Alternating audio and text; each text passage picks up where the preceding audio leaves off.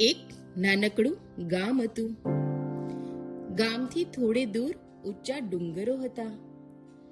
ડુંગરોની ખીણ ખૂબ હરિયાળી હતી.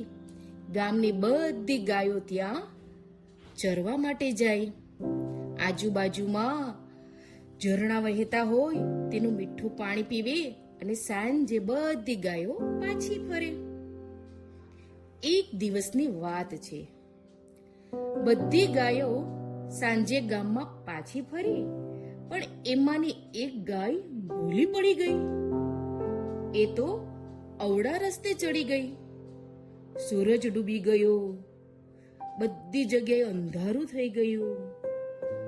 ગાયને તો પોતાના વાછરડાની ચિંતા થઈ. અરે, મારું નાનું બચ્ચું મારી રાહ જોતું હશે. હું નહીં જાઉં તો એ ભૂખે મરી જશે. આમ દોડે તેમ દોડે એટલી બધી ગભરાઈ ગઈ. દોડતા દોડતા એને ગામ તરફ જવાનો રસ્તો મળી ગયો અને ગાય તો ઊભી પૂંછડીએ ગામ તરફ દોટ મૂકી. ત્યાં જ એક ઝાડીમાંથી વાઘ આવ્યો. વાઘ ગાયને કહે, હું તને ખાઈ જાઉં. ગાય તો ડરી ગઈ. તે વાઘને કહે, ભાઈ, મારે ઘરે નાનું વાછરડું મારી રાહ જોતું હશે. એ ભૂખ્યું થયું હશે. એને દૂધ પીવું છે. હું નહીં જાઉં તો એ ભૂખી મરી જશે. તું મને જવા દે. મારા નાના બચ્ચા પાસે મને જવા દે. એને ખવડાવીને હું તરત પાછી આવી જઈશ. પછી તું મને ખાઈ જજે. વાઘ કહે, જો હું તને જવા દઉં તો પછી તું મરવા પાછી આવે ખરી? ગાય કહે, હા હા વાઘભાઈ, મને મારું વાછરડું ખૂબ વાલું છે. હું છેલ્લી વાર એને મળી આવું અને વહાલ કરી આવું. તમે મારા પર વિશ્વાસ રાખો. હું ખરેખર સાચા બોલી ગાય છું. વાઘને ગાયની દયા આવી. તેણે કહ્યું કે ભલે જા, પણ તરત પાછી આવજે. તું અહીં જ, હું તારી રાહ જોઉં છું. ગાય તો ઘર તરફ દોટ મૂકી. વાછરડાની પાસે ગઈ અને વાછરડાને પ્રેમથી ચાટવા લાગી.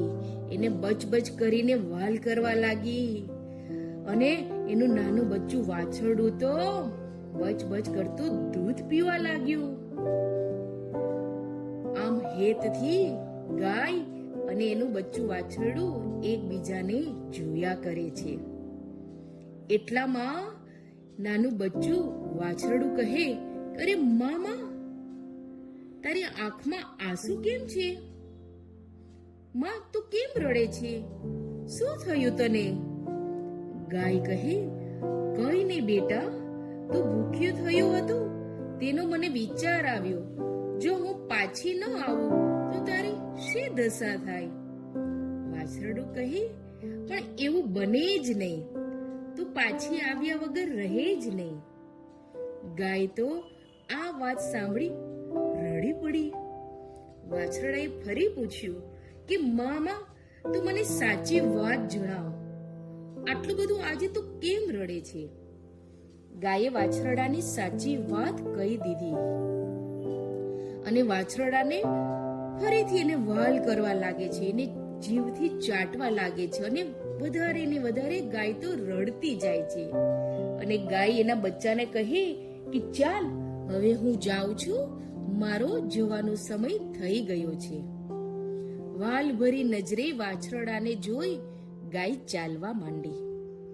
ત્યાં તો વાછરડું જીદ કરવા માંડ્યો અને કહે, માં, ઊભી રે, ઊભી રે.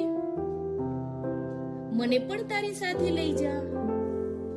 ભલે વાઘ મને પણ મારીને ખાઈ જાય. ગાય તો ખૂબ ના પાડે છે.